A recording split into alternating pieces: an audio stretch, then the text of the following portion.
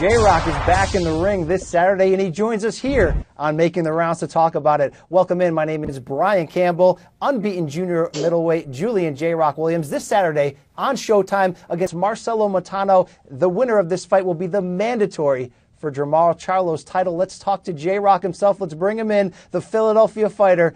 Thanks so much for joining us, J-Rock. Before we get into this here, pretty loaded division, especially under the PBC side. A lot of names.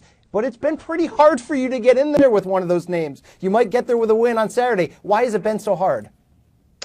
Simply because I think guys just really don't want to fight. Like I said before, I think I'm at a stage in my career where guys are saying, if I don't have to fight them, I don't want to fight them. So that's why I have to win on Saturday to put myself in a position where they have to fight me, and that's what I plan on doing this Saturday. We saw you in your last fight, Luciano Cuellar, a stoppage right in the first round. You really showed everybody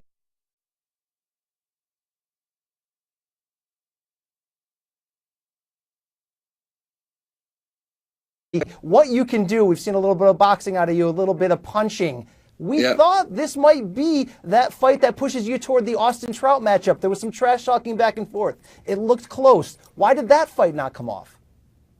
Simply because he didn't want it. I accepted the fight. We didn't even get past the negotiating stages because we never negotiated because he just simply didn't want to fight. But that's water under the bridge. I think a lot of people expect me to bash him and talk bad about him. But I really wish him the best in his career. He just decided to go the opposite way and fight someone else. You know what I mean? But like I said, guys are saying to themselves, if I don't have to fight Julian Williams, then I don't want to fight Julian Williams. Only time they're going to fight me is when they have to. So I got to put myself in a position where they have to fight me.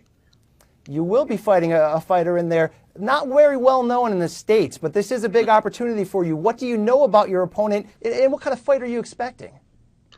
I don't really know too much about him, but it's a big opportunity for me, but it's also a big opportunity for him too. And I think sometimes people will say, well, if we don't know a guy, then he can't fight. You know what I mean? So I think he's largely unknown, especially here in the States, so people just automatically think he can't fight. I think he's a scrappy guy, and I think he's super ambitious for even wanting to come over here and fight me in my home state. He's all the way from Italy, you know what I mean? I think he's looking at it just like how I'm looking at it. He's looking at it as if he wins, he's going to get a title shot and a chance to be champion of the world and accomplish his dream. So I got to be prepared, 100% prepared for whatever he brings. We know you're a Philadelphia fighter with that tough background. I've read in your background leading up, you were even homeless at one point at age 13. How has that experience really made you the man and fighter you are today?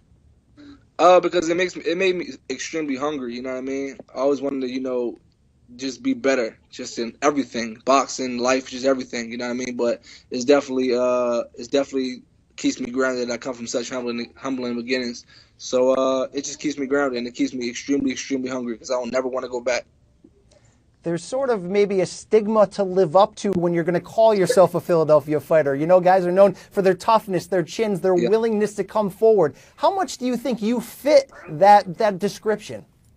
I fit the whole description. You know what I mean? I believe I'm super tough. I believe I'm super ambitious. You know what I mean? We're very skillful.